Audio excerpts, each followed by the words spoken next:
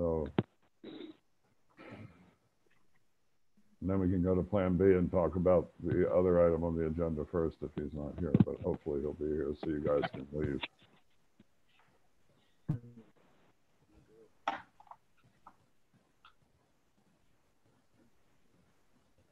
Okay, the live stream has started. Okay, so if it's agreeable to our guests who have made time to be here tonight, I'm going to start the meeting now. Is there any issue with that from those who have come to join us? Okay, I'll take that as a no. Okay, my name is John Keller. I'm chair of the Community Board 6 Health and Education Committee, and this is the October 27th, 2020 meeting of that committee. I'm very pleased to welcome to the meeting District Manager Jesus Perez and Community Associate Brendan Berth, and also our Vice Chair Abigail Kruzmark, who is here as well, and would like to welcome members of the public who have made the time to be here this evening. And I noticed that Katie Loeb from Councilwoman Carolina Rivera's office is here, and I would like to welcome her specifically. And if I've missed any electeds who are here, that's on me. Okay. So, and Sean Sherman has kindly volunteered to take the minutes for tonight's meeting. And I think, Brendan, could we proceed by Jesus or Brendan? Could you conduct, please, the roll call to get the meeting started? All right, everybody. Let me just add, members of the public, you can raise any questions or comments that you have through the Q&A feature of Zoom. We will certainly field questions from the public, since we know that some of the issues we're discussing tonight are of interest to people in attendance. Excuse me for interrupting you, Jesus. Thank you. All right, no worries. All right, committee members, I will call your name and you will unmute yourselves. When your name is called, please say present. I will announce if there's a quorum.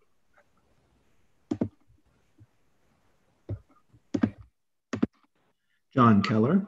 Present. Thank you. Abigail Kruzmark. Present. Thank you. Azia Badi. Present. Thank you. Alvi Barroso. Present. Thank you. Dan Devine. Present. Thank you. Rich Mintz. Present. Thank you. Philip Napolitano. Present. Philip Napolitano.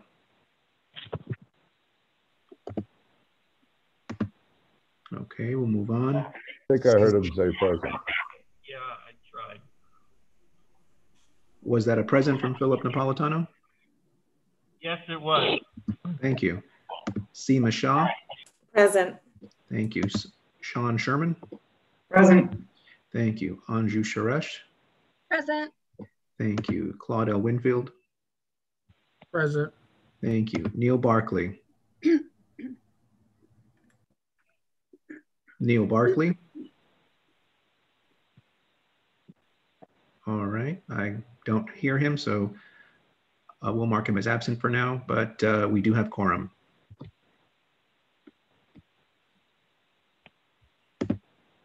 And John, you may proceed. Thank you. And I was just going to say, Neil's been very good about being at these meetings, so we'll cut him a little slack if he's a few minutes late this evening. So we have two items that are appear on the agenda, which is update from the NYC School Construction Authority on its work at the Washington Irving campus, and my chair's report will focus on, we don't need to amend the agenda, we'll focus on current activities in among our schools. We had originally hoped to have a forum this evening on the subject of the mental health effects of COVID, and Councilmember Rivera and her office were extremely helpful as we were trying to put that together, but due to an illness, we were unable to get that scheduled. It is at the top of our agenda for the next month's meeting, and I wish to thank Katie and Iraq and Pedro from the council member's office for their patience and help this week. So are there any objections to the agenda? We will adopt it. Are there any objections? Okay, seeing no objections, the agenda for tonight's meeting is adopted. The minutes from the September 22nd meeting were distributed ahead of time by the board office. I've reviewed them and find them in order. If there is no objection, we will adopt the minutes as drafted. Members of the committee, if you object to adopting the minutes, you may raise your hand through Zoom. Seeing no objections, the minutes from the September 22nd meeting of our committee are adopted and will soon be available on the ever increasingly fantastic CB6 website. In order to conduct an efficient meeting, let's observe a few ground rules. No one may speak until granted the floor, but we will grant the floor to members of the public who have an issue they wish to raise, and we will limit the time to 3 minutes, which is the same amount of time that we give at the full board meetings. Committee members, if you have a question about committee business or wish to make a motion, raise your hand through Zoom. I know Brendan is keeping his eye on that. If you click the participants icon, the participants panel should appear and you should find the raise hand function there. If you still have technical difficulty, you may click the chat icon and relay your difficulty. The chat function, and this is important, should not be used for committee business or questions about agenda topics. All such remarks should be made on the record by raising your hand through Zoom. You can use chat to alert us to a technical difficulty you're having, or state in writing some information like an email address or a link to something that was stated aloud on the record during the meeting. When the committee member is given the floor to speak, I'll identify you and you can unmute yourself so you can speak. I think we've managed to make that work fairly informally in the past. And we are required by executive order to create a verbatim transcript of the meeting. So please keep your questions and comments succinct and germane to the discussion. And so we're going to move ahead with the adopted agenda. The first is an update from the NYC School Construction Authority on its work at the Washington Irving campus. I believe that Kennedy has made right into the. We're both on, Kevin. Before you begin, I want to say something. I am on the school leadership team at one of our DOE schools, and I'm vice president of the PA at another DOE school. And I simply want to say to Steve, Kevin, and their colleagues how grateful parents are for the work that SCA and your colleagues in school facilities have been doing to get us started safely. Thank you. It's been a chaotic opening. And also, I know principals have been in our schools until all hours of the night. I know that that the custodial staff is just working, overtime. I don't know, technically overtime, I don't know, but working extremely hard to keep our kids, our teachers, and our staff safe. So I just want to start by thanking you, thanking your colleagues in the school facilities management for what you've done. So end of speech. Steve, the floor, and Kevin, the floor is yours. I want to say thank you, everybody, for inviting us to your meeting of the CB6 Health Committee. As agreed to, we're here tonight at the request of the board to do a presentation on a progress update of the work that we're conducting at the school. Just to preface the presentation before Kevin comes on in a couple of seconds, I just want to note that everybody should be well aware that we were paused during the COVID crisis from March until we were released from, we received a release from the city in July to come back to work at the Washington Irving High School, where monies were released to allow us to unpause the job and to go back in. Without further ado, and just to set that table, I'd like to introduce Kevin Kennedy, the project officer in charge of the work at the high school. Kevin, would you be so kind as to take over? I would. Can everyone hear me? I've had some microphone issues. Yes, I'm going to mute myself, I can hear you now. I can hear you. Great, thank you. Thank you for inviting us, and I just want to reply to John's comments, we do appreciate the acknowledgement. It's and certainly the custodial staff and the people working in the schools are the unsung heroes in this regard. When we last met last October, the onus of what we were trying to complete was to finish up the preparatory work for the parapets. That work was completed really on time. And, COVID has certainly not helped the situation, pretty obvious to say that. What we have remaining is to finish the parapets, both inside and outside, and we're just about there. And completion of that and closing up a section of the top of the building, the parapets that we've kept open to be able to move materials in and out and to do work, we're just about to the point where we can do that, at which point the roof will be completed. All the other roofs are completed, but the main roof on the original building, the 8-story section, needs to be done. Once all of that work is done, we can begin to remove the scaffold and get underway. Now, that sounds like a simple task. It's not quite that simple.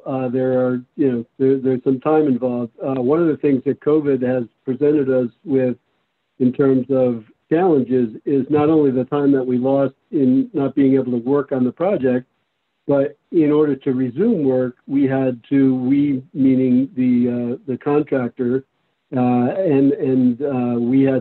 we, meaning School Construction Authority, had to approve a safe work plan for the contractor and anyone affiliated with the project. So they had to submit a plan guided by CDC, DOB, New York State, and city environmental officials regarding the safe conduct of work moving forward.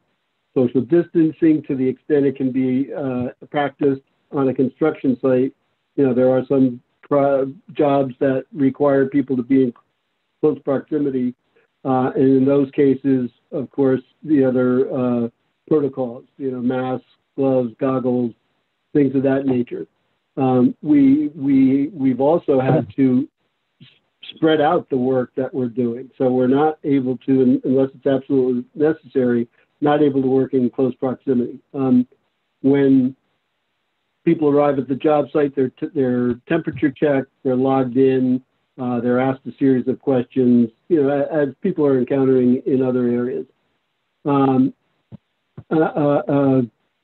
Another ramification of all of this is that the workforce has actually been thinned out. When this first hit, and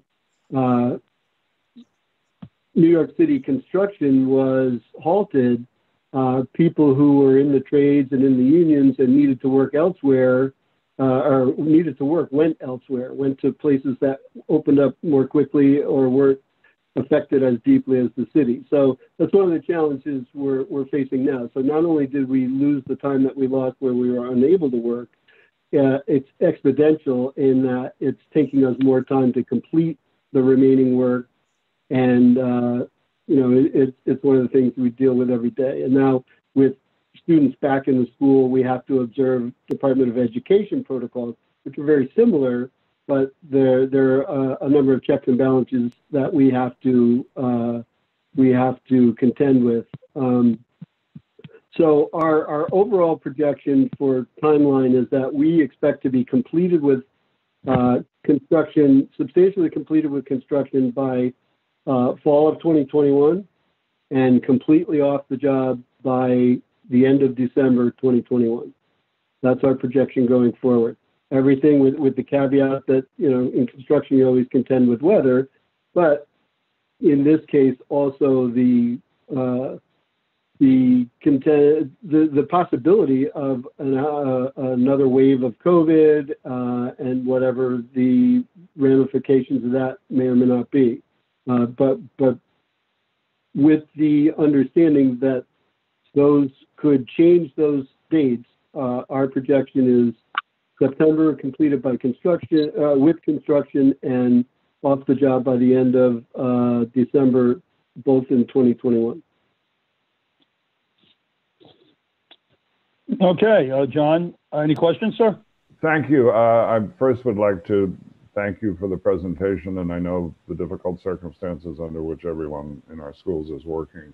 I would like, first of all, to open this to any questions or concerns from members of the committee in this regard.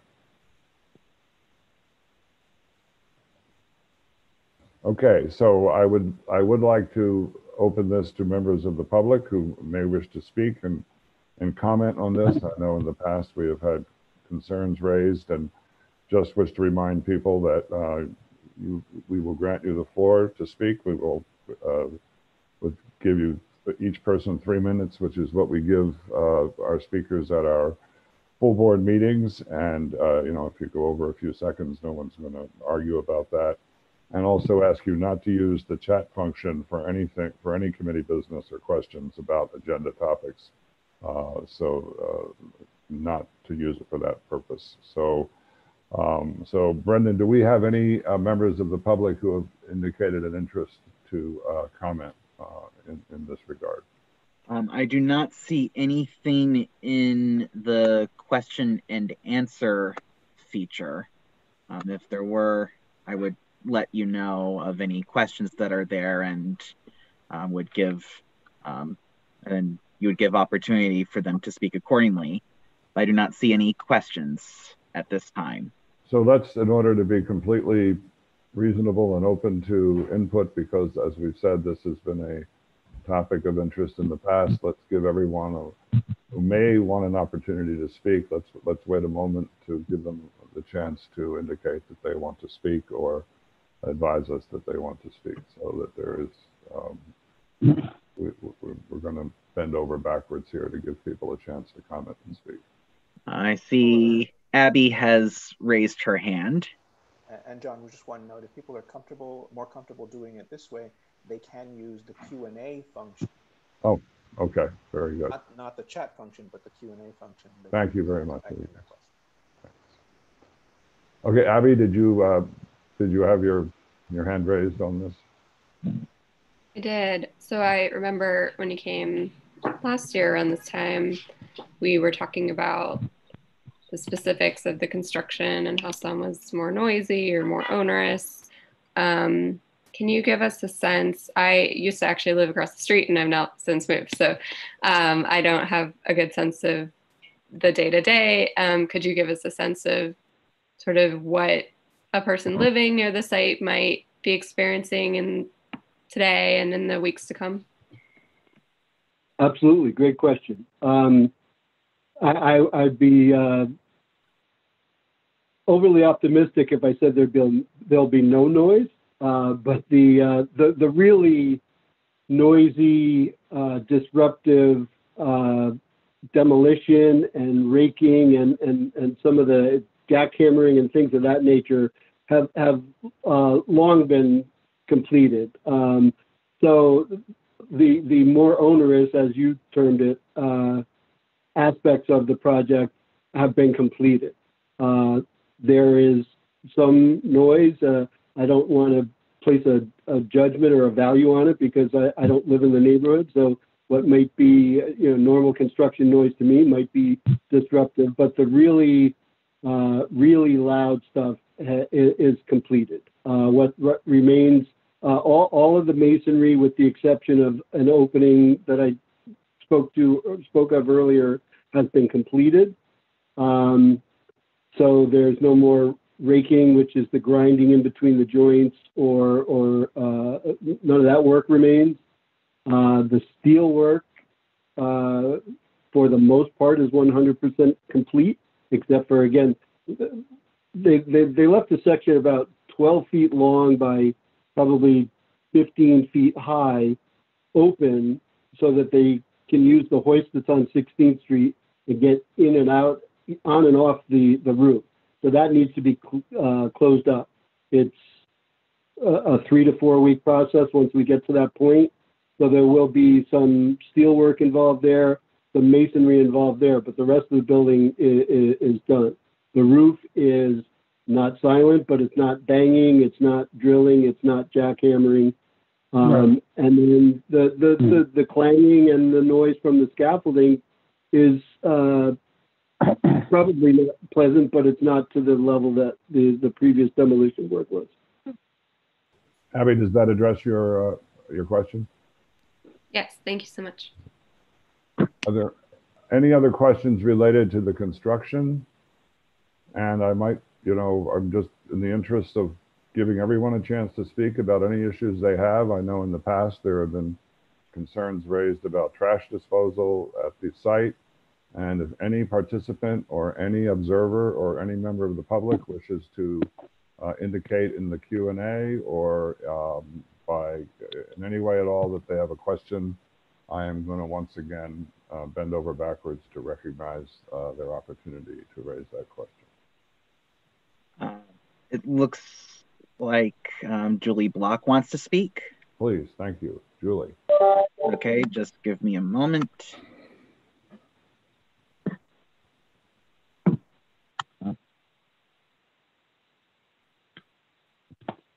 Okay.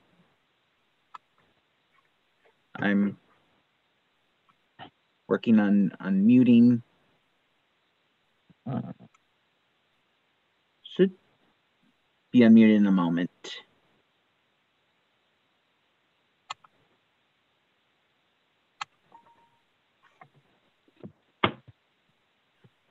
Just a moment.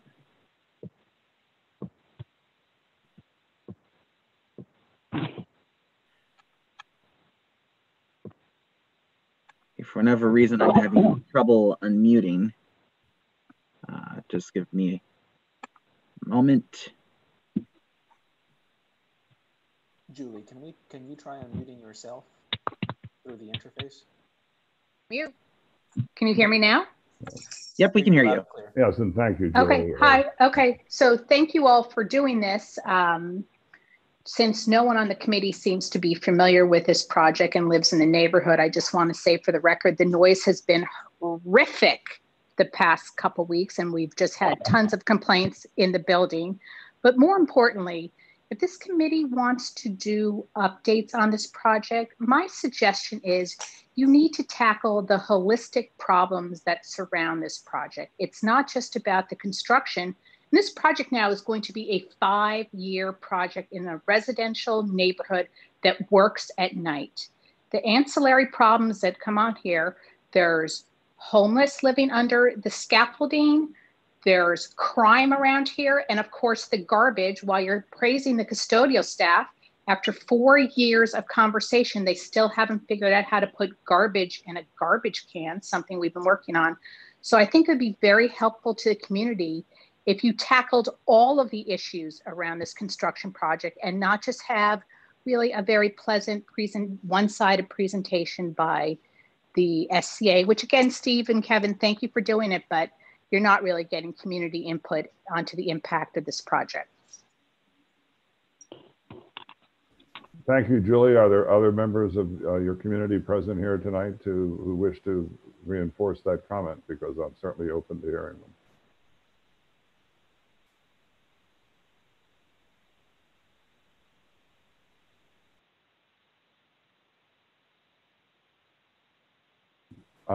So Brendan, Jesus, has anyone else asked to speak or comment? Andrew Chapin in the Q&A said yes, agreed, I guess, in regards to Julie's concerns. Okay, so let's... John, we actually have a question from Nyla Maybro. Okay. All right. Hi. Yeah, I was just going to, to your point about other people who live in the community, I live directly opposite the construction, and I would reiterate that it is noisy. I understand that that's part of construction, but there is a lot of noise in the evening time and late at night. And I think with the additional kind of pickups of garbage and things like that, like it is really hard to sleep through the night. And so just,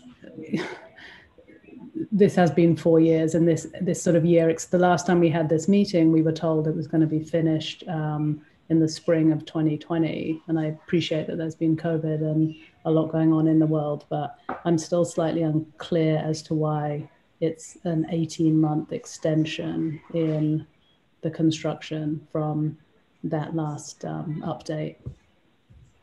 Actually, I'd like to just, my recollection of the meeting and the dates that we gave you at the meeting last October was that we were going to finish construction in September of 2020 and be finished by December of 2020.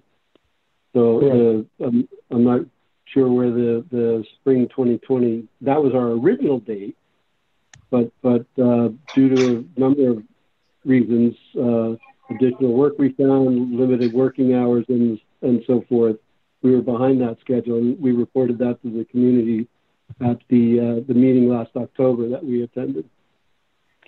Okay. And a 12-month extension. I mean, I guess it's just, it's really hard when you're living opposite this, and every time we have an update, there's going to be a year extension. Like, these are huge time increments. And I fully appreciate that this is a complex project and things turn up that you have to adapt to. And obviously with COVID, that's even more significant. But I think just from a community perspective, you know, we get such little in terms of updates and understanding how things are changing and how the extensions are. So it's kind of, it's tough when you're living through this to be told there's going to be a year extension, kind of without much context, and perhaps more regular updates when you send a 2-week crane. Okay, so Nyla, first of all, I really appreciate your frustration and the tone in which you have offered your perspective. I think it's helpful. So I'm trying to figure the best way forward here in terms of, obviously the construction is going to continue. And what I would like to suggest is we're going to continue to have these quarterly updates.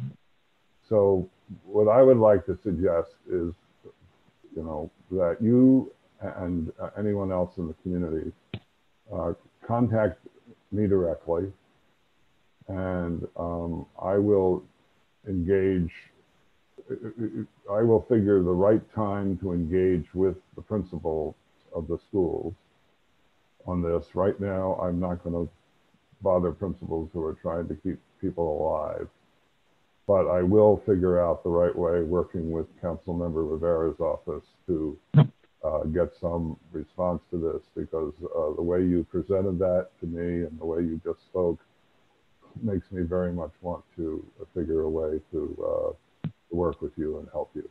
Thank you. Steve, unless there is something very pragmatic at this point, and you can reach me through through CB6 at any time, and I believe one or more of you has my cell phone number. So why don't we leave it that you will reach out to me with regard to, you know, the checklist of issues. I will contact the Councilmember Rivera's office. Together, Katie and I and the council member will figure out the best way to address this when the school is dealing with the crisis. As I said, I'm just trying to keep staff and kids alive in the building. Steve, does that make sense to you? It makes sense to me, John, because as the community representative body, it would make sense that it would go through you. Yeah, no, that's right. And work with the council member's office. And as you stated, and as I heard in the comments from the community, we do send out the 2-week look ahead. They are being advised of the work progress as we're moving forward. Yeah. I have sent out, if there were any changes in terms of a holiday or something like that, I do try to make an effort to make sure they're aware of it. Got it. So, yes, that's fine. That's the approach that you as a community representative would like to take. We're fine with that. Yeah, I think it's the reasonable approach. And Nyla, thank you very much for the way you presented. And thank you. We appreciate your input. For helping me to understand a little better what you're all experiencing. So the next step is, Nyla, for you and anyone else who is concerned on this, you can contact me through the community board, and then I will quickly give you a direct way to contact me. And then we'll talk to Councilmember Rivera's office and figure the right approach to the schools on this. Any other comments from members of the committee? John, it does look like there's a question from a member of the public. Okay, let's do it. Okay, thank you very much, John. Okay, I think we have one more question coming from the public. Oh, fine, sure. Yes, hello. My name is Andrew Chapin, and I live on East 17th Street in an apartment directly facing the project for all this time. And I would like to go on record to agree that the work on the project continues to be very noisy until late at night on a regular basis, and that it's very disappointing that the project is continuing for yet another year. I see the work crew that is there, and it is a very small crew every single day. And when you have an entire year's work ahead of you, I can't understand why the crew is so small. I wish you could explain. And I see quite a bit of their time is spent standing around on the street, smoking cigarettes and making phone calls. Thank you, Andrew. Steve, I assume that SCA has its protocols for deciding the size of the crews. I'm not... We do, because as Kevin had mentioned, John, thank you for the opportunity to answer, that in the realistic world that we are in today, COVID-19 protocols are prevailing. Everything and anything we do is now under the guise of safety, and the safety protocols from the New York State Health Department, New York City Health. Our crew size is mandated because of social distancing and because of the effects that the COVID has on the job site. So we do have a smaller crew, but that's because we're following the protocols as set forth by the safety requirements of the health departments of both the state and the city. Okay, thank you, and thank you, Andrew. You're welcome. Thank you, Julie, and thank you, Nyla. And I think I set forth a set of next steps to move ahead on this. Okay, thank you very much. Are there any other members of the public waiting to speak? Okay, then I appreciate the comments, and I most appreciate the tone and the constructive tone of the comments. Thank you. So let's see. So the next thing on the agenda, unless there is an objection from a committee member, is we'll move ahead with the chair's report. All right, John, we'd like to say thank you for having us, and we're going to sign off. Okay, and stay healthy, Steve, to you and all your colleagues. Thank you, sir. All right, again, thank you for your consideration and for the tone of the conversation for the committee. Thank you. All the best. Bye-bye. Thanks, Steve, and thanks, Kevin. Okay, Brendan, I'm going to run through a very quick presentation on it's just very Brendan. I think you have it. You can put it up, and it just so happens that the FACE Family and Community Empowerment presentation updating District 2 happens on the same day as our meetings every month. So we're able to give you an update, and I'll go through it quickly because I know I want to finish and end up by 7:35. And so the first thing I'm going to comment is not in the presentation, and that is that we are beginning to get anecdotally, more than just anecdotally, information on the loss of students in our schools. And some principals are beginning to speak openly about the numbers that they're going to be handing into Central at the end of this week. One school downtown, for example, which an elementary school with 600 students, has had its enrollment fall to 504.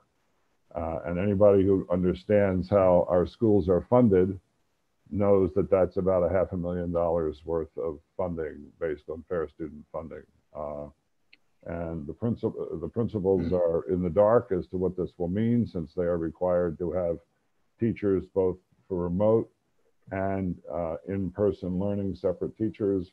Normally, if you lose $500,000 from your funding, you know, that affects how you can staff. So there is quite a bit that's left to be thought about, decided on this. And this is something I suggested at the last meeting that was purely anecdotal, but is now the numbers are starting to come out. And I was speaking to someone whose opinion I trust in this regard today, and who would not speak on the record, but said that it's going to be, it looks like a 15 to 20% drop in enrollment in many of our schools. So if we will keep the pressure on the DOE to make this information public, and I'll certainly be reaching out to Councilmember Rivera's office and Keith Powers and Ben Kalos to put the heat on Tweed, because right now what's been said is they're going to review the information, and we don't want that to go on for months. We need to know what's happening as soon as possible. There is still no information on whether the gifted and talented tests will be given. The contract with the test giver was pulled and hasn't, from the PEP agenda, and hasn't reappeared. And the chancellor has said that the SHSAT will be given, but no date has been set as of this point. Brenda, could you flip that? So that's an informal report based on people I talked to this afternoon. This is just from last month's presentation, reminding people that the chancellor will have a town hall, a virtual town hall for the Community Education Council District 2, which covers many of our families on December 8th. Okay, but that was from last week's presentation.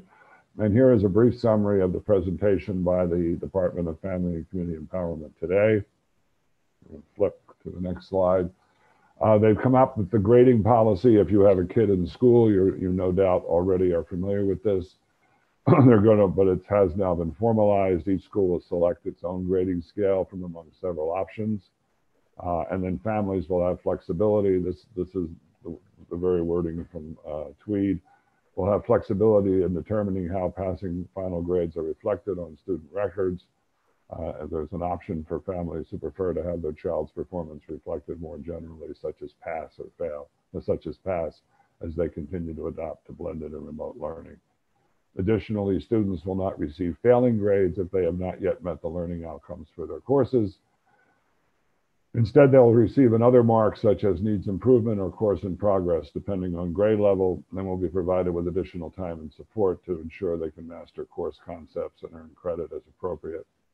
And while students must continue to participate in remote and blended learning each day, attendance will not be a factor in student grades, though I know from my own kids' experience, they're really all over them to be sure they're in class, which I'm happy about, actually.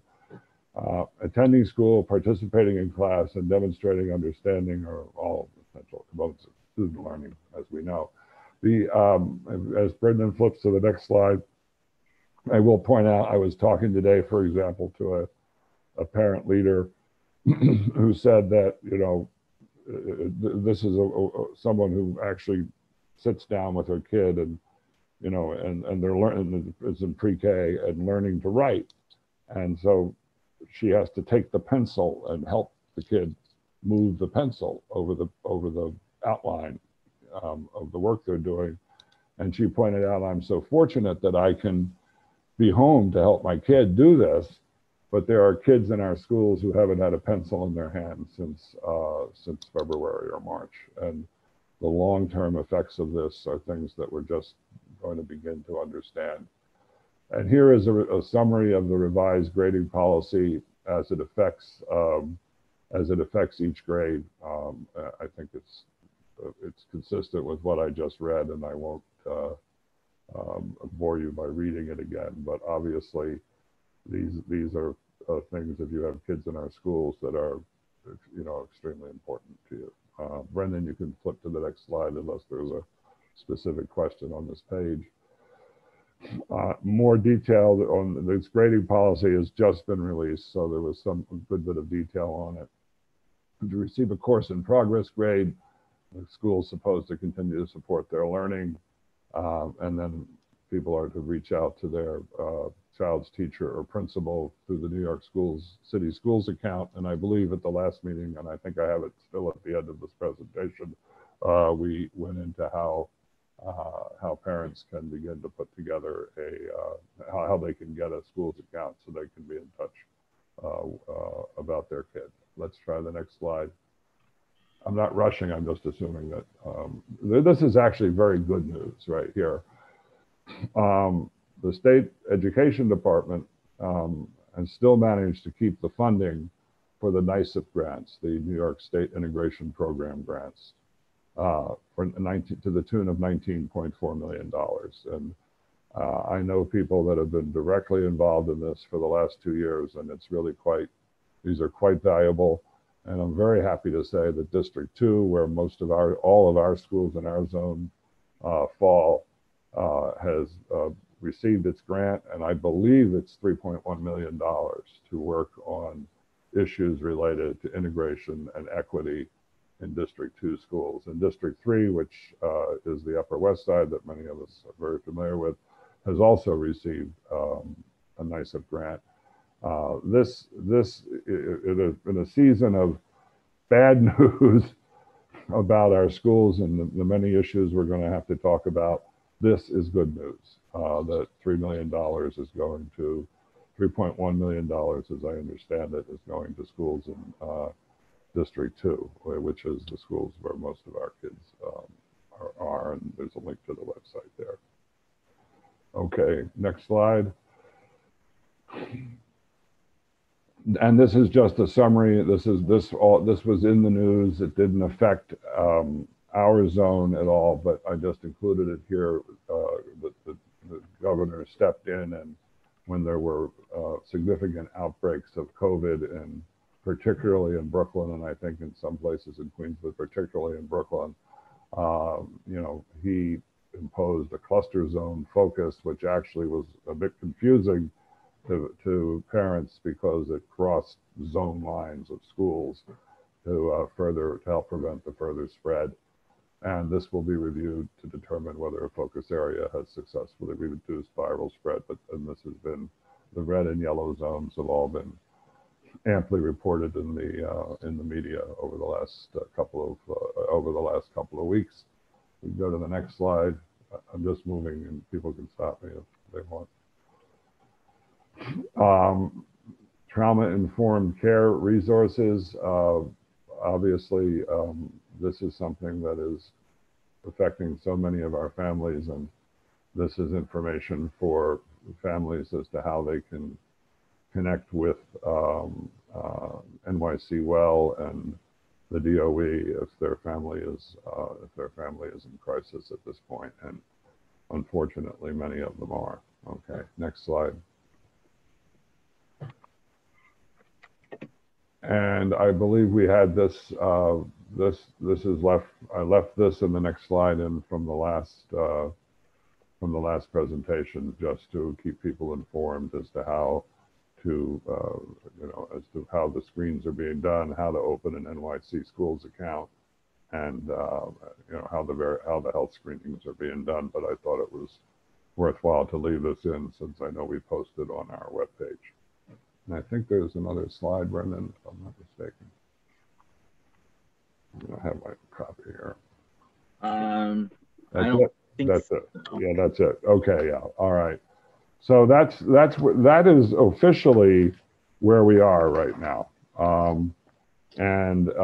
But any of you that has a kid in school or who's talking to people involved in schools knows that this is not a good story at this point. Could we put up, please, Brendan? I sent around to the committee the survey that I wanted to do, and I had wanted to do it earlier, but we waited. The consensus was to wait, until the principals have to report their numbers on attendance, on not attendance, but on who actually showed up. Because that's the million, as Claude pointed out in his email to all of us, that's the $1 million question, as it were, or in the case of the school downtown I referred to, the $500,000 question as to how funding is going to be effective. So I do want to send this survey out. I am open. We don't have to, edit it here but I would like to go through it and just go through the general questions that I want to ask. And then I'd like to get some advice from the committee as to whether we should have a separate survey for school administration and a separate survey for parent leaders in the schools. So this envisioned going to the school leadership, but I think I would like to send it also to the presidents of the PAs to get their response. And how would you describe the DOE's planning and preparation for school reopening this fall? What has the impact been on your students, families, teachers, and staff? What would you like to have seen done differently or better in relation to the reopening? And how would you assess the learning environment for your students in both blended and remote learning? I'm really looking forward to getting answers to these questions. And I'm thinking of putting a scale of 1 to 5 on some of these questions so that we can have a hard quantitative response on this. Technology has been in the news. Does the school have adequate bandwidth to communicate with students? The school itself, just, can you conduct your blended, can you conduct your classes and get to your students? What % of students lack sufficient access to computers or laptops? That has been in the news in the last few days. And I know one school that one of my kids attends where the head of guidance is actually taking the laptops, the Wi-Fi enabled laptops, to the homes of kids, and actually, putting herself, at risk of exposure doing it. Which is why I started our entire session today with saying how incredibly dedicated so many of our staff are in our schools right now. What % of students lack adequate access to the internet? I want a hard answer for that for each of the schools in our zone. Do you feel there's an appropriate plan in place to address the shortfalls in the above? And then students in temporary housing, and I've been talking to Corinne about this, and I think this is something that her committee and Rick, we can work on together, and flush this out. How many of your students are in temporary housing? What % of your total enrollment do they represent? I believe 116, that number is a meaningful number. PS 59 or some of our other schools, it might, or 40, it might not be, but let's get the information. How many of these students lack adequate computers or laptops? Have we gotten them these Wi-Fi enabled laptops that we're supposed to be getting them? How many of them lack internet access? We've certainly found that NYCHA housing, that the internet access is just not adequate. And, people are scrambling around now to improve the bandwidth available in the NYCHA housing. Do you feel there's an appropriate plan in place to address any shortfalls? Okay. And then social and emotional wellness. In general, how would you assess the social and emotional well-being of your students? And here I would like to do a scale of some sort so we have a hard number. Do you have adequate guidance and social worker staffing to address your students' needs? If not, how many additional guidance or social workers do you need? Now, if you're in a school that's losing $500,000 of your budget, unfortunately, these are the people that we can't lose these people. They cannot be cut, And then this is the question that hung us up. What enrollment level did the school project for budgeting purposes this year, and what is the current estimate? And I have, hard information from a principal who said it, publicly, but not on the record, that it went from 600 to 500 in the school downtown. So that's the first page. Brendan, could you flip to the second page? And what is the potential impact on school funding as a result of these changes, or what are the practical implications for the school? And this is where the principals that I've talked to and heard of feel in the dark, where they just don't know. you know, because they're supposed to have a teacher for the blended and a teacher for the remote.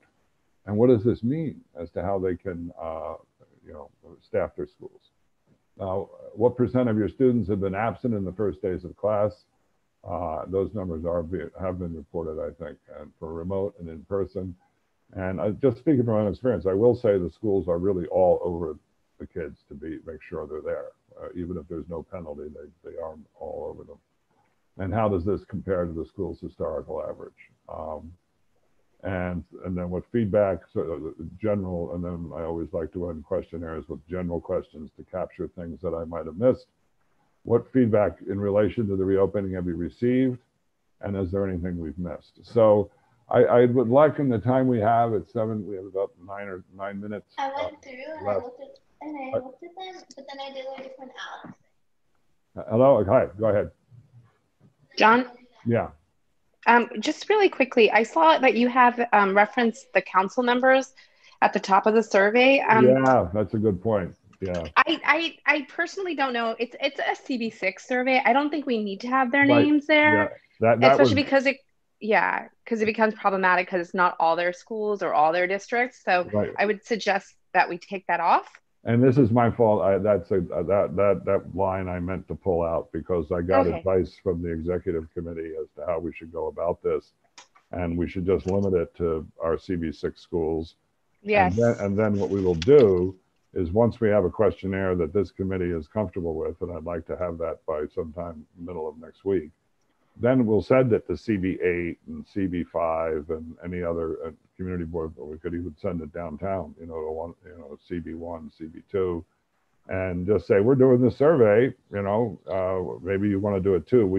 I don't think we want to do a big, huge, unless people think differently, joint survey, because first of all, you know, our office has enough work to do rather than trying to assemble, you know, results from hundreds and hundreds of parents. So I think if each community board were to do its own, it would be better. But thank you, Azia. That's an error that I should have corrected.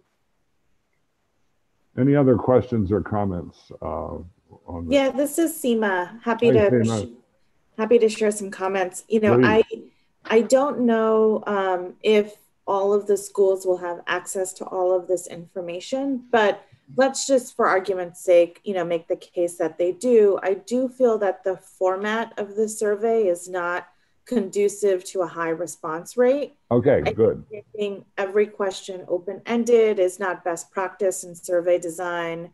I think making things much more multiple choice responses, a couple open-ended things, a couple yes/no things, that'll at least, you know, garner us some information, as opposed to someone, you know, getting turned off halfway through and then therefore we're left with zero information. So, you know, I would push to digitize this utilizing Google Forms.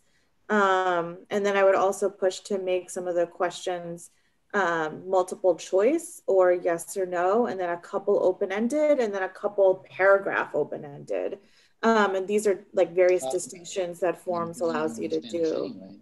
Those are great suggestions. Yeah, I just feel like this is not, you know, people are doing surveys right now for, I'm a part of another club and I administered a survey to our members, and only because of Google Forms did we get, I think, like 15% response, which is fairly common. And then the data, I think if someone could put themselves on mute, I could just hear, you know, folks in the background, but, you know, there is a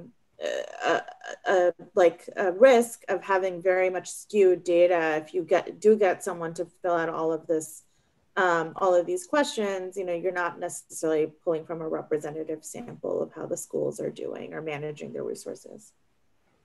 Yeah, first of all, those are great suggestions, and you know, I've already had intuited that, you know, we got to have some quantitative questions in here that, you know, people could check and don't just glaze over their eyes as they look at it. I think that's terrific, and as I'm revising it, Seema, if you don't mind, I will send it to you and get your advice. And I was hoping that we could do this through the office somehow on, you know, Google Forms, or but I can discuss that with Brendan and Jesus as we move ahead. But those are really good suggestions. I also see that Dan Devine has his hand raised. Hey, Dan. Hey, how are you? John, before I kind of make a couple of suggestions, and I definitely agree with everything that Seema said, and thanks for putting this together, but just quickly, what's sort of the main thing that you hope to have as a takeaway from this survey, if you could try to crystallize it? Boy, that's a good question. I'm trying to figure a positive way to put the answer, but I guess I would like to come up with as objective a view as possible of what's actually going on. Now, Seema made the point that, you have selection bias in terms of the people who actually answer the questions. So, that's always a problem in sending things out to our schools. But I'd like to get as clear and honest and straightforward a view as possible of how our parents and administrators are finding the reopening. And that's why Seema's point is so valid, that, we need some hard numbers in here as to, is this a 1, a 2, a 3, or 4, or a 5?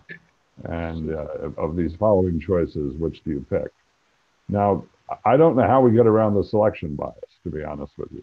I just don't, because the parents who fill these in my experience, are usually the parents who are the most unhappy, So, but I think we'd have to take what we get and just acknowledge the sample size, acknowledge that it's not a scientific sample, but this is what we've heard.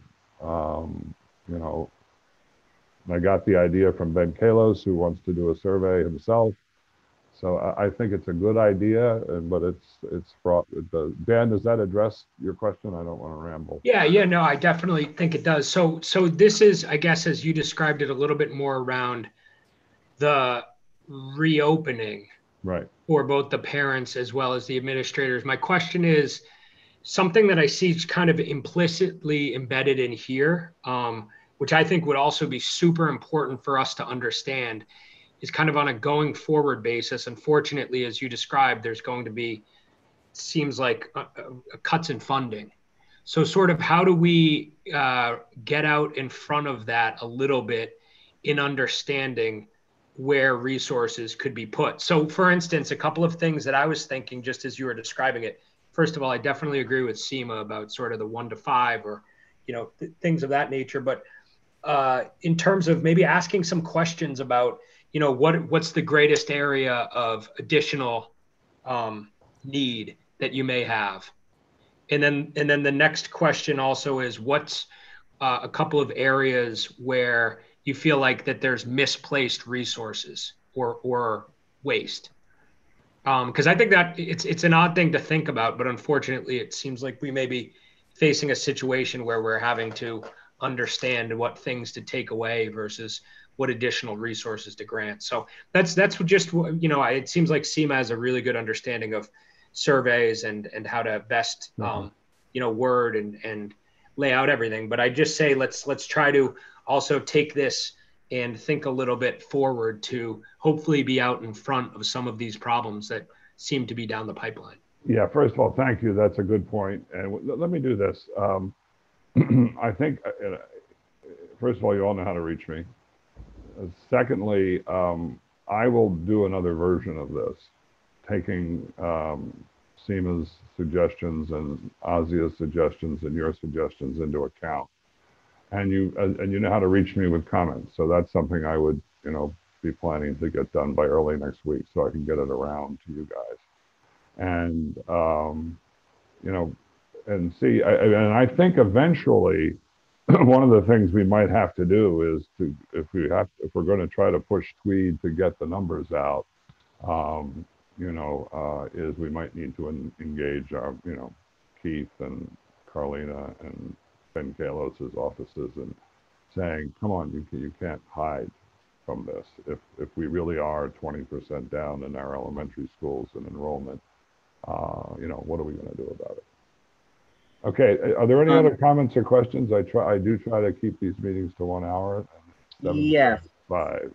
So yes, but I do Lane Blumenkoff, a member of the public, has Okay. some questions about the dissemination of the survey. Let me Of make course, sure especially Lane a member of is the public. Go ahead. unmuted. Whoops. Hello, thank you. Yes, I am a school social worker. I live in our district, but I work in another district. And I was just curious, timeline goals, if those will be communicated at the outset. And again, forgive me if I missed this, but with Seema's Google Forms suggestion, it seems like perhaps 2 versions could go out that are more targeted to, or more even, to school administrators and to parents. And I'm curious if that could be under consideration. Yeah, no, I definitely would like to do, I think we need to do 2. I think we need to target 1 to administrators and another to, and I think I think the obvious place to send it, and thank you very much, Lane. I think the obvious place to send it is to the PA co-presidents or presidents of the schools, and then let them disseminate it to their executive boards and see, and hear from them. That's a good way to do it because, these people are elected. So that would be how I would target it. I think that's the reasonable way to target it. Thank you. John, I do appreciate that. But one thing I might also suggest is that, the administrators do have all email addresses for parents. And then while I understand that, those you hear from are often those that are complaining, it might be a little bit more accessible for those that do, those that do have the time to volunteer and are involved in the schools will surely respond. But I think this could be a way to reach the parents who have a smaller voice more broadly. No, that's a good point. Of course, it's always an issue because, I'm a PA vice president and been involved for a long time in our schools. And, we don't have access to parents' information unless they give it to us. But we could ask, you're suggesting that we should ask the administration to distribute it.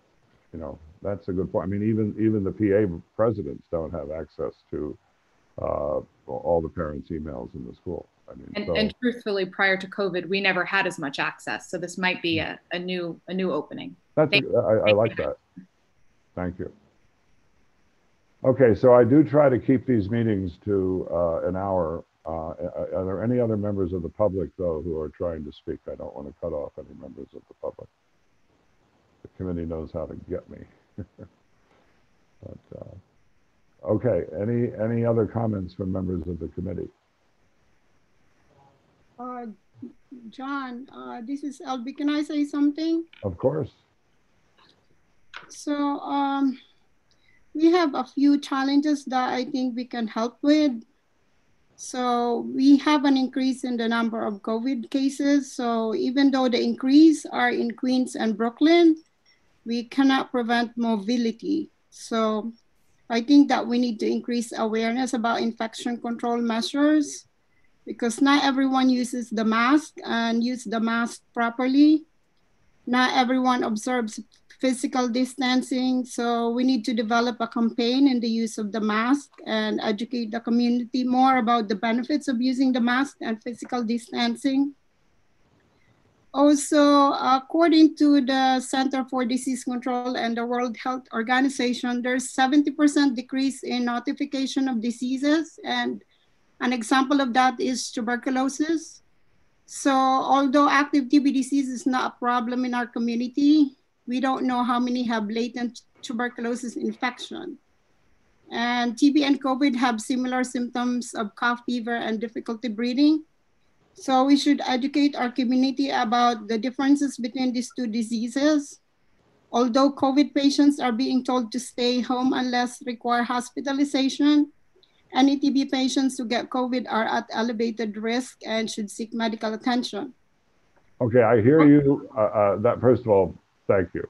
Secondly, that's seems to me a separate topic from this survey, but next month we will be talking about, for example, mental health aspects of COVID, and we could look into. I would be happy to consider, having an opportunity at the beginning of that meeting to talk about COVID in the schools as well. But yeah. Okay, thank you very much. Thank you. Are there any other questions or comments from the committee? Seeing none, I'm going to adjourn the meeting at 7:40 p.m. unless there are objections. Okay, the meeting is adjourned at 7:40 p.m. Thank you all for being here, and thank you to the members of the public. Lane, thank you very much for your comments, and she's no longer here, but the person who spoke so carefully about the situation at Washington Irving, I'm very grateful to. So seeing no objection, the meeting is adjourned.